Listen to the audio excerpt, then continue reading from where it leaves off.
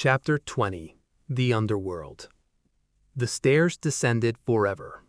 Ancient stones stretched downward beneath the city in massive spiraling pathways carved directly into black bedrock older than the streets above.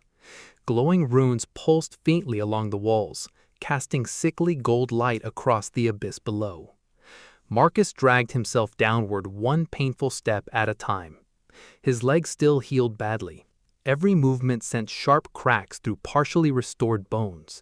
Flesh continued stitching itself together beneath torn skin, while blood soaked through his ruined clothes.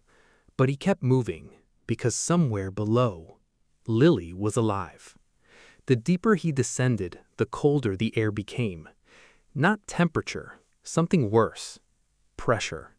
Marcus felt it pressing against his skull, against his chest, a suffocating emotional weight thick enough to make breathing difficult. Then he realized what it was. Grief. Not his own. Hundreds of voices whispered through the darkness around him. Soft at first, then louder. Crying, begging, screaming. Marcus stopped halfway down the staircase. The sound surrounded him completely now. 937 souls. Every sacrificed girl, still trapped here. The realization hit like a knife through his ribs. This temple wasn't merely a ritual site. It was a prison. The walls themselves seemed alive with suffering. Marcus forced himself lower. The staircase eventually opened into something enormous. A cavern the size of a buried city stretched beneath him, illuminated by rivers of glowing symbols carved into cliffsides and ancient structures descending endlessly into darkness. Massive stone bridges crossed the abyss below. Ancient towers leaned from cavern walls like forgotten tombs, and everywhere, the dead. Ghostly apparitions drifted through the temple ruins in pale, translucent waves. Young girls, hundreds of them. Some barely visible, some horribly distorted, all crying. Marcus felt his stomach twist. One apparition slowly turned toward him, a little girl no older than 7. Her eyes were empty black hollows. "Help us." The voice barely existed. Then dozens more appeared, shapes emerging from the darkness all around the staircase. Broken, weeping, reaching towards him. Marcus backed away instinctively. The nearest spirit lunged suddenly. Cold hands grabbed his arms. Then another. Then another. Marcus gasped as freezing pressure pulled against his body from every direction. The spirits weren't attacking him.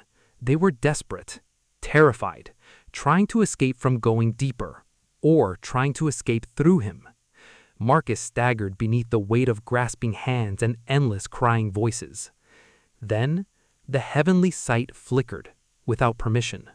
White light flashed painfully across Marcus's vision, and suddenly he saw everything. Not ghosts, memories.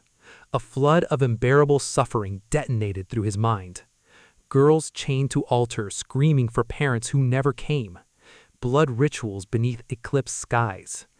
Bodies thrown into black pits beneath chanting crowds.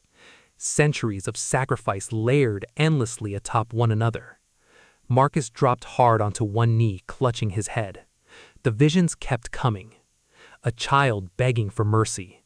Another trying to crawl away while cultists dragged her back. A room full of tiny shoes beside a furnace stained black with ash. Marcus roared in agony.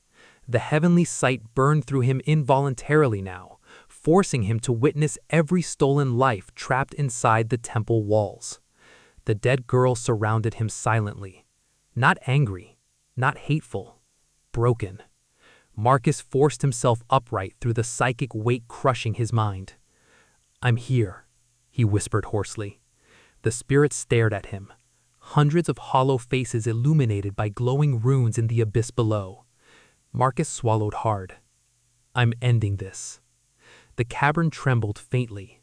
Far below, deeper inside the temple, drums began echoing through the darkness. The ritual was beginning.